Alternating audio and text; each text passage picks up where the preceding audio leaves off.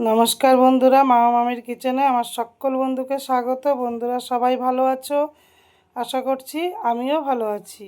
তো আমি আজকে দেখাবো মোচার ঘন্ট। তা মোচার ঘন্ট করেছি আমি চিংড়ি মাছ আর গোবিন্দভোগ চাল দিয়ে। কি করে করেছি সবাই দেখতে থাকো, সঙ্গে থাকো। দেখো, প্রথমেই আমি এইভাবে মোচাটা কেটে নিচ্ছি। কিভাবে কাটছি একবার দেখে নাও বন্ধুরা।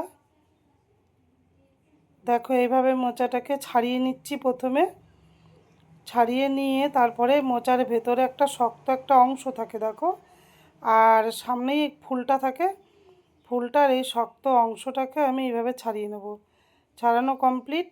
এবার আমি কিভাবে কাটছি দেখো, কুচি কুচি করে। দেখো, মোচাগুলোকে এরকমভাবে কেটে নেব। দেখো, এইভাবে কাটছি, কেটে নিচ্ছি।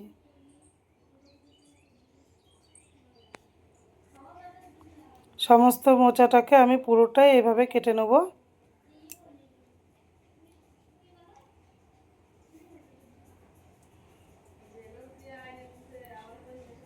দেখতেই পাচ্ছ আমি কিভাবে মোচাগুলোকে কাটছি।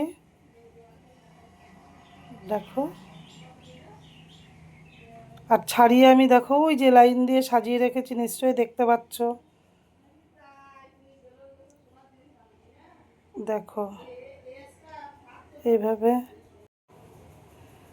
তারপরে আবার যেটুকু গোটাটা রয়েছে সেটুকু আমি এই মাথাটা খানিকটা একটু শক্ত থাকে, তো ওই জন্য মাথাগুলোকে একটু ছুলে বাদ দিয়ে দেবো। মাথাগুলোকে একটু সামান্য ছুলে বাদ দিয়ে দিলে মানে মাথার কাছটা একটু শক্ত বেশি থাকে।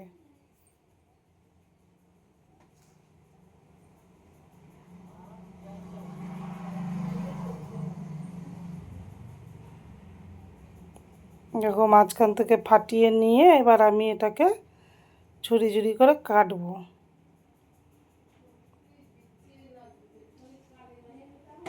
এই যেরকম। এভাবে আমি সমস্ত মোচাটাকে আর কি কেটে নেব।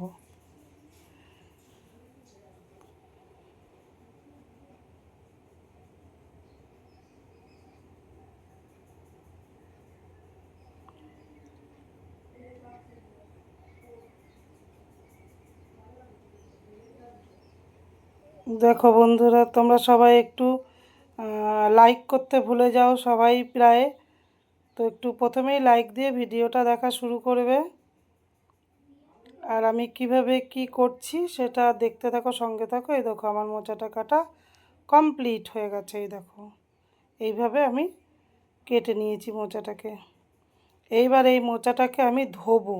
ধুয়ে নিয়ে এর এ দেখো, এরকম একটা কড়াই নিয়েছি। কড়াইয়ের ভেতরে একটু জল দিয়ে দিয়েছি।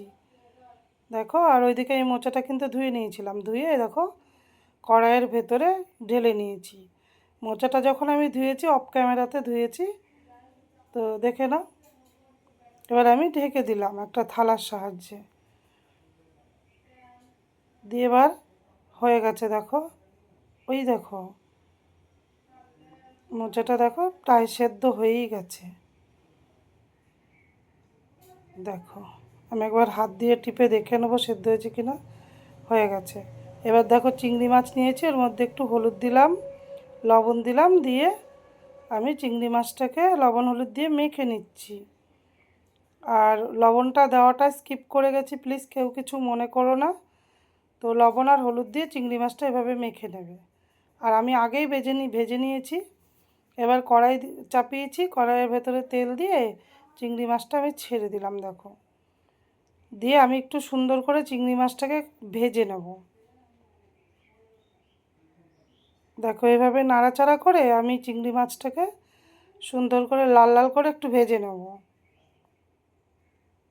দেখো, মাছগুলো একদম পুরো লাল লাল করে ভাজা আমার কমপ্লিট। এবার আমি তুলে নেবো। দেখো মাছটা, দেখো মাছটা তুলে নিয়েছি। এরকমভাবে তুলে নিচ্ছি। এবার আমি এর মধ্যে দিলাম একটু আদা, কটা কাঁচা লঙ্কা দিয়ে এবার এটা পেস্ট করে দিলাম। দেখো, এবার আর একটু তেল দিয়ে দিলাম কড়াইয়ের ভেতরে। তেল দেওয়ার পরে দিয়ে দিয়েছি আমি শুকনো লঙ্কা আর কটা পাঁচ ফোড়ন। দিয়ে এবার এটাকে আমি একটু কিছুক্ষণ ধরে নেড়ে নেব। তারপরে দিয়ে দিলাম আমি আলু, ডুমো ডুমো করে আলুগুলোকে কেটে রেখেছিলাম, তো সেই আলুগুলোকে দিয়ে দিয়েছি দেখো। এবার আলুগুলোকে আমি সুন্দর করে একটু ভেজে নিলাম। এবার দিয়ে দিলাম, কিছুক্ষণ ভাজার পরে এটা চালটা দিয়ে দিলাম, গোবিন্দভোগ চাল। ঠিক আছে, দেখো এবারে আমি আদা আর হচ্ছে গিয়ে কাঁচা লঙ্কার পেস্ট দিয়ে দিচ্ছি, দেখো 2 চামচ দিলাম। দিয়ে আবার কিছুক্ষণ ধরে একটুখানি এটাকে নেড়ে নেব। তারপরে এটা দিয়ে দিলাম লবণ। এবার দিয়ে দিচ্ছি হলুদ। এবার এটা হচ্ছে জিরের গুঁড়ো, একটু কাশ্মীরি লঙ্কার গুঁড়ো দিয়ে আমি এটাকে একটু নেড়ে চেড়ে নিচ্ছি, আর একটু নেড়ে চেড়ে আর কি কষিয়ে নেব রান্নাটা। এবার একটু সামান্য জল দিয়ে দিই, দিয়ে কষাবো, তাহলে ভালো হবে কষানোটা আর কি। দেখো এইভাবে আমি নেড়ে চেড়ে কষিয়ে নেব গোবিন্দভোগ চালটা আর আলুটা আর মশলা দিয়ে এরকমভাবে কষে নিচ্ছি। দেখো দেখো অনেকটা হয়ে গেছে, তো আমি আরও কিছুক্ষণ ধরে একটু কষে নেব।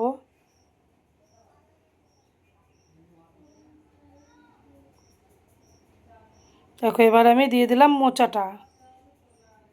মোচাটা দিয়ে দিলাম। এটা কিন্তু কাঁচা কলার মোচা, কিন্তু এক ফোঁটাও তেতো লাগেনি, খুব টেস্টি লেগেছে খেতে মোচাটা। তোমরাও এভাবে বাড়িতে ট্রাই করবে, দারুণ হয় এই রেসিপিটা, একবার করে দেখবে, দারুণ হয় খেতে। তোমরা চাইলে মানে চিংড়ি মাছ ছাড়াও করতে পারো নিরামিষ। দেখো এবার আমি চিংড়ি মাছটা দিয়ে দিলাম।